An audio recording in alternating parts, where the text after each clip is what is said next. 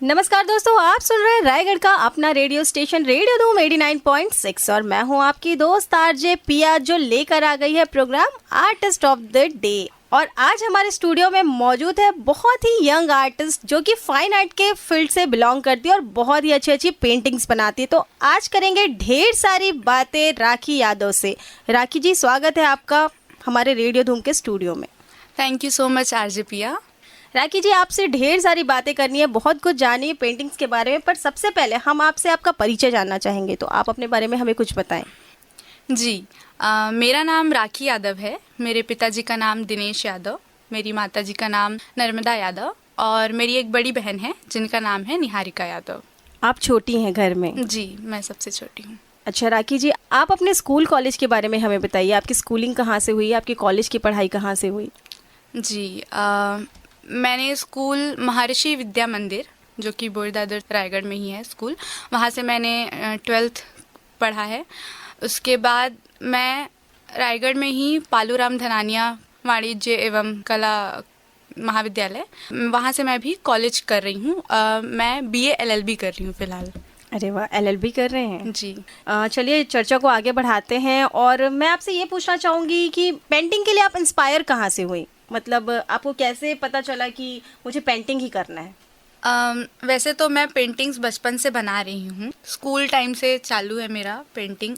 मेरी टीचर हैं, उनसे मुझे काफ़ी प्रेरणा मिली और आगे चल के मैंने एक पोर्ट्रेट बनाया था, जिसको देख के मुझे ऐसा लगा कि हाँ, मैं बहुत अच्छा कर सकती हूँ इस फील्ड में। तो एक मेरे लाइफ का एक टर्निंग पॉइंट था पेंटिंग के लिए, वो एक पोर्ट्रेट जो मुझे दिल से बहुत ज़्यादा अच्छा लगा। मैं वहीं से इंस्पायर हुई कि मुझे आगे चल के इसी फील्ड में आगे बढ़ना है। आपने अपने पेंटिंग की शिक्षा कहाँ से ली, किन से आपने सीखा है? जी, सबसे पहले तो स्कूल में हमारी टीचर रश्मि राठौर मैम, सबसे पहले मैंने उनसे सीखा ड्राइंग और अभी भी मैं उनसे सीख ही रही हूँ। बीच बीच में मुझे जब भी उनके पास जाना रहता है, मुझे उनसे सीखना रहता है, कोई भी डाउट रहता है, मैं उनके पास हमेशा जाती हूँ। और स्कूल के बाद फिर मैंने ज्वाइन किया दिनेश देवांगन सर, उनका क्लास, उनसे मैंने सीखा। अभी भी मैं उनसे भी सीखती हूँ और अभी सेल्फ प्रैक्टिस चालू है। मेरे गुरुओं से तो मैंने सीखा ही है, जितना भी ड्राइंग पेंटिंग जितना भी मुझे सीखना था मैंने उनसे तो सीखा है, लेकिन सबसे ज़्यादा मैंने अपनी दीदी से सीखा है। मेरी दीदी निहारिका यादव जी। उनसे मैं उनसे बहुत ज़्यादा इंस्पायर हुई हूँ इस चीज़ को हर चीज़ को करने के लिए, चाहे वो ड्राइंग पेंटिंग हो, डांस हो, गाना हो, कुछ भी हो, मैंने उनसे बहुत ज़्यादा प्रेरणा ली है। अच्छा, मतलब आप अपनी प्रेरणा स्रोत अपनी दीदी को मानती हैं? जी, वो मेरी इंस्पिरेशन आइडियल है। अरे वाह, बहुत अच्छी बात है और आपकी दीदी ये सुनेंगी तो बहुत खुश होंगी। जी। चलिए राखी जी, बातों के सिलसिले को आगे बढ़ाते हैं और जैसा कि आपने कुछ देर पहले हमें बताया था कि आप अपनी दीदी से काफ़ी इंस्पायर्ड हैं और आपने बोला कि आप उनके साथ डांस भी करती हैं और गाना भी गाती हैं, और मैंने कहीं से सुना भी है कि आपने कथक भी सीखा है, तो इसके बारे में हमें कुछ बताइए। जी, मेरी दीदी कथक क्लासेस जाती थी।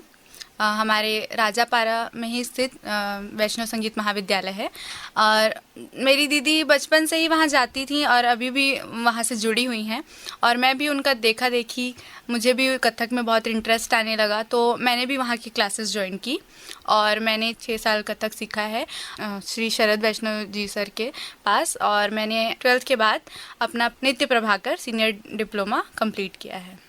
अच्छा, तो क्या आप बाहर कुछ परफॉर्मेंस देने के लिए भी गई हैं? जी, कथक से रिलेटेड हम लोग पुणे गए हैं, भिलाई गए हैं, शिमला वगैरह गए हैं। पेंटिंग के साथ साथ मेरा कथक का भी सफ़र जारी है। अच्छा, मतलब दोनों में आप इंटरेस्ट लेती हैं? जी जी।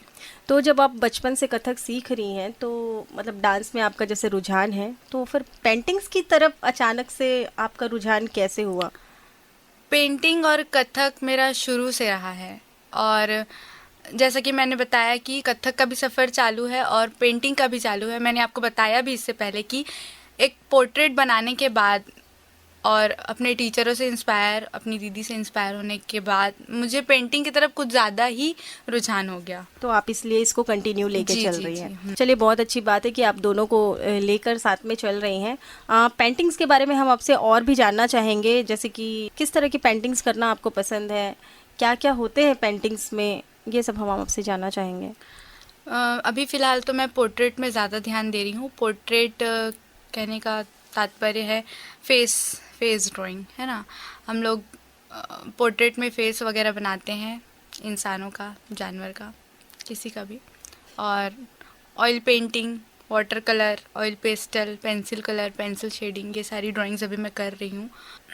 अच्छा, इसमें सबसे इजी क्या होता है और सबसे मुश्किल क्या होता है? मतलब आपको करने में सबसे इजी क्या लगता है और सबसे ज़्यादा मतलब मुश्किल आपको किस चीज़ में आती है?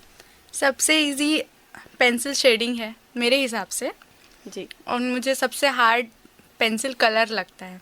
अच्छा। सबसे हार्ड ऑयल पेंटिंग भी टफ है, मुझे ऑयल पेंटिंग पर्सनली टफ लगता है। अच्छा, मतलब आपको अगर तुरंत कुछ रेडी करना है तो आप उसको कैसे करेंगी? मतलब तुरंत करना है तो मैं पेंसिल शेडिंग को प्रायोरिटी देती हूँ। अच्छा, पेंसिल शेडिंग करके आप तुरंत कुछ भी रेडी कर सकते जी। हैं। राखी, बहुत कुछ जानने को मिल रहा है आपसे। राखी जी, जैसा कि आपने बताया था कि आप एलएलबी की पढ़ाई कर रही हैं, तो फाइन आर्ट और डांस में होते हुए एलएलबी की पढ़ाई करना, कैसे आपने इस बारे में सोचा? एलएलबी के फील्ड में जाने की चॉइस मेरे फैमिली वालों की है, ख़ास करके मेरे चाचा जी, एडवोकेट महेंद्र सिंह यादव जी, जो कि अभी नोटरी भी हैं।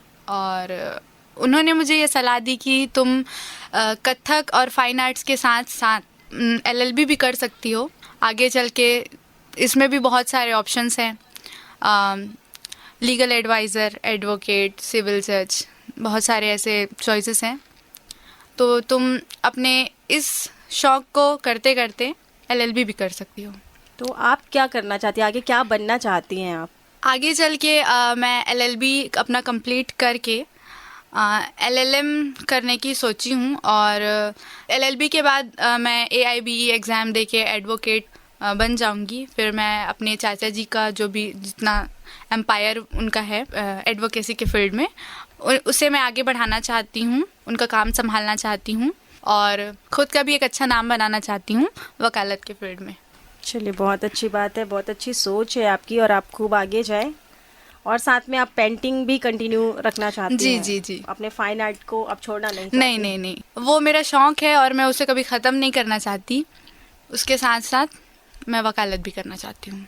चलिए, बहुत अच्छी बात है। लोग एक में ही इतनी मेहनत करके थक जाते हैं और आप दो दो तीन तीन चीज़ों को साथ में लेके चल रही हैं और बाखूबी उसे कर भी रही हैं, तो बहुत अच्छी बात है। राखी जी, इस इतनी कम एज में ऐसा मुकाम पाना भी सबके बस की बात नहीं होती है। मैं आपसे पूछना चाहूँगी, जो कि हर आर्टिस्ट के लाइफ में थोड़ा सा रहता ही है और सबको इस चीज़ से सफ़र करना पड़ता है, घर वालों का सपोर्ट जो मेन इम्पॉर्टेंट होता है, हर आर्टिस्ट को नहीं मिल पाता, क्योंकि सबके घर वाले इस चीज़ को नहीं समझते हैं। सब सोचते हैं कि नहीं, पढ़ाई लिखाई में ध्यान दो, ये जो भी है शौक के तौर पे कर रहे हो, ठीक है। तो क्या आपके साथ भी ऐसा ही कुछ रहा है? आपके घर वालों की क्या प्रतिक्रिया थी जब आप फाइन आर्ट में या डांस के फील्ड में ये सब करने के बारे में जब सोच रहे थे? तो हमारे घर का माहौल बिल्कुल भी वैसा नहीं है। हमारे घर वाले हमें हमारी कला के प्रति शुरू से ही सपोर्टिव रहे हैं, हमें हमेशा सपोर्ट किया है उन्होंने, और इस चीज़ के लिए हम लोग बहुत ही ज़्यादा ब्लेस्ड हैं। और किसी भी फील्ड की बात हो, चाहे वो कथक में हो या फाइन आर्ट्स में हो या कोई भी फील्ड हो, हमारे घर वालों ने हमेशा हमें सपोर्ट किया है, हर चीज़ के लिए सपोर्ट किया है। और हमारे घर वालों का रिएक्शन हमेशा पॉजिटिव रहता है, वो हमेशा हमें सराहते हैं, इनकरेज करते हैं, चाहे हमारा उसमें किसी भी फील्ड में रिज़ल्ट नेगेटिव आए या पॉजिटिव आए, वो लोग हमेशा हमें सपोर्ट करते हैं, इनकरेज करते हैं कि अगर हम हमारा रिज़ल्ट नेगेटिव भी आता है तो कोई बात नहीं, नेक्स्ट टाइम और अच्छा करना, यही उनका हमेशा रिएक्शन रहता है। बहुत लकी है आप लोग इस मामले में। जी, बहुत ज़्यादा। अच्छा, घर में सबसे ज़्यादा सपोर्ट किसका मिलता है आपको? आपकी फैमिली में सबसे ज़्यादा सपोर्ट किसका रहता है कि नहीं तुम करो, हम तो हैं ही साथ में? सबसे ज़्यादा सपोर्ट देखा जाए तो मेरी दीदी, जो हमेशा मेरा सपोर्ट करती है। उसके बाद डिसीज़न मेकर हमारे घर में है हमारे चाचा जी, उन्होंने शुरू से सपोर्ट किया है हमेशा हमें, डांस करो, पेंटिंग करो, गाना गाओ, हर चीज़ करो। उनका कहने का मतलब ये रहता है कि आप मल्टी टैलेंटेड बनो हमेशा से। तो एक सपोर्टर है मेरी दीदी और एक सपोर्टर है मेरे चाचा जी। अच्छा, मतलब चाचा जी का और दीदी का सपोर्ट रहा है। अच्छा, आपके फैमिली में ऐसा माहौल हमेशा से रहा है या आप दोनों बहनें ही आर्ट के फील्ड में आगे बढ़ी हैं? हमारे फैमिली में वैसा माहौल नहीं रहा है पहले से। मेरा और मेरी दीदी का ही रुझान ज़्यादा रहा है कला के प्रति। राखी जी, आपसे बातें हमने बहुत सारी कर ली, बहुत सारे चीज़ें आपके बारे में जानी, पर यहाँ मैं इस चर्चा का रुख पेंटिंग की ओर मोड़ना चाहूँगी और पेंटिंग के बारे में और भी बहुत कुछ जानना चाहूँगी। तो सबसे पहले तो मैं ये जानना चाहूँगी कि एक पेंटिंग को, जैसे आपने कहा था कि आपको पोर्ट्रेट बनाना पसंद है, उसको बनाने में आपको कितना समय लग जाता है? समय की बात ऐसी है कि कोई भी पेंटिंग को बनाने के लिए सबसे पहले ये सब डिपेंड करता है मूड के ऊपर और प्रैक्टिस। मेन ये है कि आपका प्रैक्टिस होना चाहिए। You need practice. उसके बाद आप जितना जल्दी बना सकें, सब मूड के ऊपर डिपेंड करता है, प्रैक्टिस के ऊपर डिपेंड करता है। आपको कितना समय लगता है? मुझे एक दिन। एक दिन में आप एक पोर्ट्रेट रेडी कर लेती जी। हैं? अभी तक आपने कितने पोर्ट्रेट्स बना लिए होंगे? इसकी तो कोई गिनती नहीं है, बहुत सारे बनाए हैं मैंने। मैं काउंट नहीं कर सकती। अरे वाह, चलिए अच्छी बात है, और भी आगे बहुत सारे बनाए। और मैं ये जानना चाहूँगी कि आपने अपने घर वालों की पेंटिंग्स बनाई है, पोर्ट्रेट बनाए हैं? जी, मैंने घर वालों के भी बनाए हैं पोर्ट्रेट्स। मेरी दीदी और मेरे चाचा जी का बनाया है अभी तक। बाकी लोगों का प्रोसेस में है। अच्छा, चलिए अच्छी बात है। बातों के सिलसिले को आगे बढ़ाते हैं और मैं आपसे पर्सनली ये पूछना चाहूँगी, वाटर कलर जैसे कि आपने बीच में कहा था, बचपन में क्या होता था, कलर्स आते थे, हम भी जब स्कूल में थे तो एक ड्राइंग शीट लेके बैठ जाते थे वाटर कलर करने, और क्या करते थे, अपन उसमें पानी ज़्यादा मिला देते थे जिससे वो कलर पूरा बह जाता था। तो आप हमें बताइए वाटर कलर के बारे में कि उसमें जो पानी मिलाया जाता है वो कितना रहता है, क्या रहता है, और उससे क्या क्या हम कर सकते हैं, किस तरह की पेंटिंग्स बना सकते हैं? जैसा कि आपने बताया वाटर कलर मतलब वो उसमें ज़्यादा मात्रा में पानी लेने से वो फैल जाता है। जी, आपने बिल्कुल सही बोला। हमें जिस हिसाब से हमारी पेंटिंग है उसकी ज़रूरत के हिसाब से हम उसमें पानी लेंगे, उसी हिसाब से हम उसमें कलर लेंगे और बस हमको उसे फ्लो करना है। जिस एरिया तक आपको फ्लो करना है उस एरिया तक आपको पानी फैलाना है, फिर उसमें कलर डालना है। इस तरीके से वाटर कलर आपसे अच्छे से बनेगा। हाँ, क्योंकि बचपन में हम लोगों ने मैं तो गिने चुने मुश्किल से 2-3 कलर ही जानती हूँ, एक वाटर कलर, एक पेंसिल कलर और एक वो वैक्स क्रेयॉन्स जो होते थे, बस वही। जी, बट आप आर्टिस्ट लोग इतने सारे तरीके से पेंटिंग्स करते हैं कि हम तो कंफ्यूज ही हो जाए। हमारे लिए तो वो 2-3 ही बेस्ट है जो हम बचपन में किया करते थे, और अभी तक तो मुझसे ढंग से गोला भी नहीं बनता। तो मेरा सवाल यहाँ पे ये रहेगा, आप एक ड्राइंग टीचर भी हैं, आप बच्चों को सिखाती भी हैं जी, तो क्या कठिनाई आती है बच्चों को सिखाने में? क्योंकि छोटे बच्चे जो है गोला, सबसे पहले तो मैंने सुना है कि गोला बनाना सिखाते हैं, तो जी। कैसे सिखाती हैं आप बच्चों के साथ, क्या क्या परेशानियाँ आती हैं आपको? सबसे पहली बात तो छोटे बच्चे हैं, उनका हमेशा मूड बनाना पड़ता है किसी भी चीज़ को करने के लिए, चाहे वो ड्राइंग हो या कोई भी फील्ड हो, उसको करने के लिए उनका मूड बनाना पड़ता है। तो हम सबसे पहले तो इंटरेस्टिंग तरीके लाते हैं बच्चों को सिखाने के लिए। पहले उनसे परफेक्ट गोला नहीं बनता है छोटे बच्चों से, तो हम उनको डॉटेड लाइंस करके देते हैं, है ना, कि आप डॉटेड लाइंस जोड़िए, फिर उसमें आउटलाइन करिए स्केच पेन से ब्लैक कलर से, फिर उसमें सुंदर सुंदर प्यारे प्यारे कलर्स भरिए। तो उससे क्या है ना, वो रंगीन चीज़ें देखते हैं ना तो उनको इंटरेस्ट आता है पेंटिंग में। अच्छा, हाँ, और आप सीधे सीधे उनको डायरेक्ट सीनरी बनाइए ऐसा बोलेंगे तो वो नहीं करते हैं। सही बात है जी। हर चीज का एक बेस होता है, तो जी। मतलब पेंटिंग्स में ये बेसिक होती है। जी। और कुछ बेसिक के बारे में मैं जानना चाहूंगी पेंटिंग्स के, जो आप बच्चों को सिखाते होंगे। सबसे पहले तो बेसिक्स में हम शेप्स बनाना सिखाते हैं बच्चों को, चाहे छोटे बच्चे हों चाहे बड़े बच्चे हों। शुरुआत बेसिक होता है शेप से, सर्कल, ट्रायंगल, ओवल, तरह तरह के शेप्स हैं, इनसे ये बेस है बच्चों के। उसके बाद आप बच्चों को स्ट्रोक्स बनाना सिखाइए। स्ट्रोक्स पेंसिल से कैसे शेडिंग होता है वैसा strokes, sleeping line, slanting line, ये सारी चीज़ें। धीरे धीरे फिर वो आगे बढ़ते जाते हैं। जी। तो जैसे सबसे पहले एक बच्चा पेंटिंग अगर बनाना चाहेगा तो आप किस तरह की पेंटिंग पहले प्रेफर करते हैं, मतलब क्या बनवाते हैं उनसे? सबसे पहले जैसे कि मैंने आपको बताया बेस शेप, उसके बाद शेप से कैसे ड्राइंग्स बनती हैं। जैसे कि सर्कल से आप एप्पल बना सकते हैं, सर्कल से आप मैंगो भी बना सकते हैं, वाटरमेलन बना सकते हैं, ऑरेंज, ये सारी चीज़ें होती है एक बेस के बाद आगे बढ़ने की, मतलब शेप से आप ऐसे कोई ऑब्जेक्ट बना सकते हैं जो कि शेप से रिलेट करते हो। सही है। और ये बहुत अच्छा तरीका भी है, इससे बच्चों को मजा भी आता होगा और इंटरेस्ट के साथ वो सीखते भी होंगे।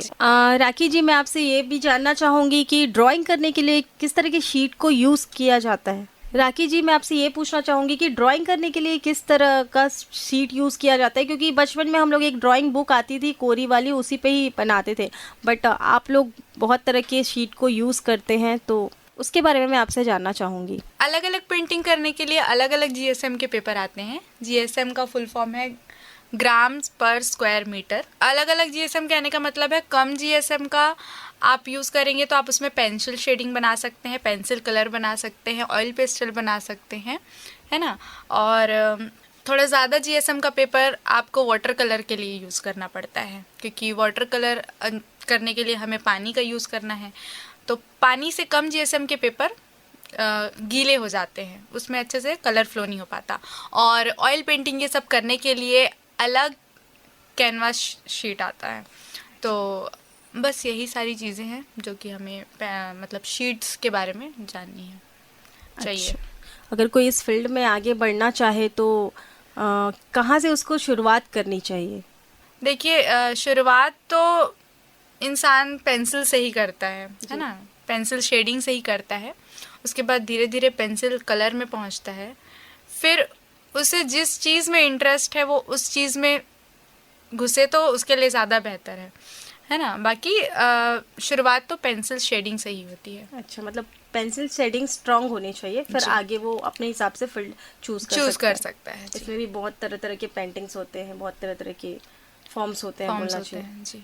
जी, बहुत अच्छी बात है। बातों के सिलसिले को आगे बढ़ाते हैं और आपसे अब मैं ये पूछना चाहूँगी कि जो आर्टिस्ट होते हैं बहुत सारे कंपटीशन में पार्टिसिपेट करते हैं, और जीतना हारना तो अलग मैटर है, बट करते हैं पार्टिसिपेट। तो आपने क्या ऐसे किसी कंपटीशन में पार्टिसिपेट किया है और आपका एक्सपीरियंस कैसा रहा है? जी, मैंने किया है बहुत सारे कॉम्पिटिशन्स में पार्टिसिपेट। जैसे कि मैं जब स्कूल में पढ़ती थी तब मैंने स्कूल्स में कॉम्पिटिशन्स में पार्ट लिए हैं, और स्कूल की तरफ से RCM है ना, MRCM मीट होता था एक, जो हमारे महर्षि विद्या मंदिर जो फैमिली है उनका होता था, ये और कहीं बाहर नहीं होता। तो मैंने उसमें बहुत पार्ट लिया है और मैं 2-3 बार इस कंपटीशन के सिलसिले में बाहर गई हूँ।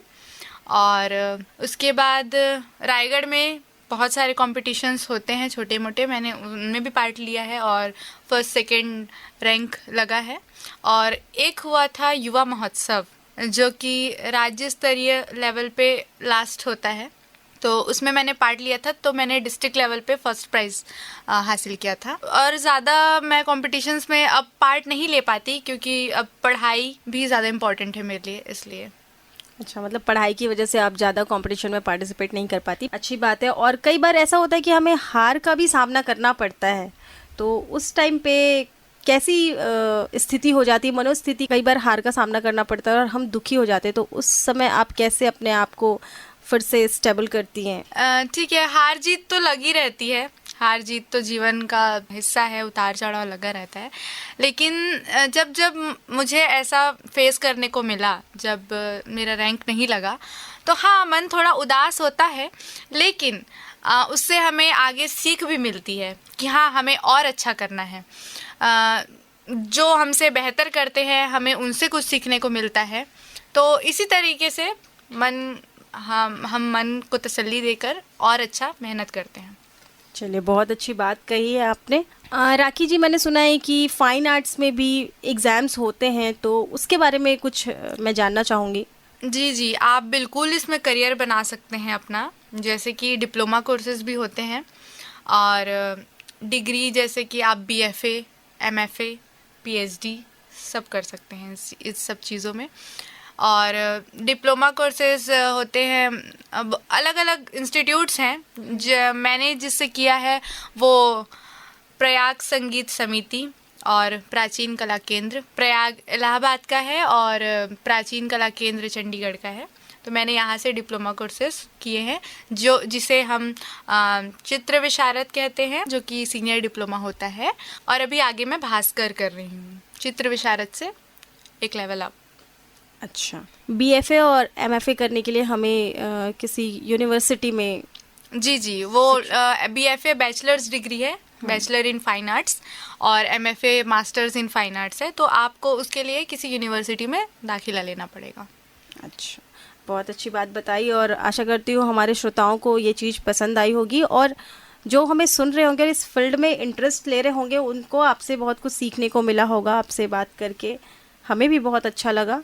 राखी जी, आज आपसे बात करके हमें बहुत अच्छा लगा, बहुत कुछ जानने को सीखने को मिला, और बहुत सारी ढेर सारी बातें हमने की जो हमारे श्रोताओं को भी पसंद आई होगी। जाते जाते आप रेडियो धूम के माध्यम से कला प्रेमियों को या हमारे लिसनर्स जो है उन्हें क्या संदेश देना चाहेंगे? मैं रेडियो धूम के माध्यम से कला प्रेमियों को, आप लोगों के लिसनर्स को, हमारे यूथ को यही संदेश देना चाहती हूँ कि आप हमेशा अपने मन की करिए कहने से तात्पर्य ये नहीं है कि आप कुछ भी करिए।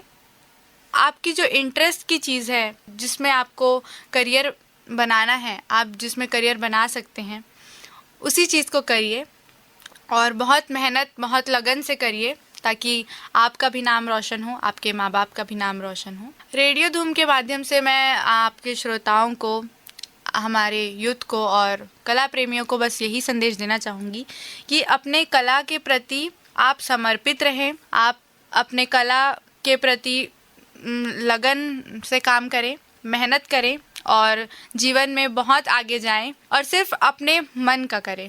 दूसरों के बोलने से अपने आप को डिमोटिवेट बिल्कुल ना करें, खुद एनकरेज हों, और अपने आसपास के पॉजिटिव वातावरण को अपनाएं, और अपने जीवन में सफल हों और आगे बढ़ें। बहुत अच्छी बातें कही आपने राखी जी, हमें बहुत अच्छा लगा आपसे बात करके। बहुत बहुत धन्यवाद कि आज अपना समय निकालकर आप हमारे स्टूडियो में आए।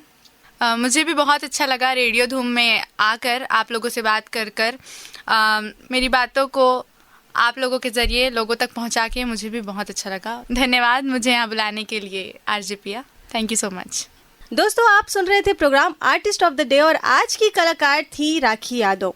दोस्तों, आपको बता दें कि इस प्रोग्राम में तकनीकी सहयोग रहा है पवन दिव्यांशु मिश्रा का, और इस प्रोग्राम का संचालन किया है आपकी अपनी दोस्त आरजे पिया ने, और इस प्रोग्राम के प्रस्तुतकर्ता थे रमा शंकर शुक्ला। अब अपनी दोस्त आरजे पिया को दीजिए इजाजत, मैं मिलूंगी आपसे फिर किसी प्रोग्राम में। तब तक आप बने रहिए रेडियो धूम के साथ, क्योंकि आपके मनोरंजन की जिम्मेदारी हमारी। नमस्कार।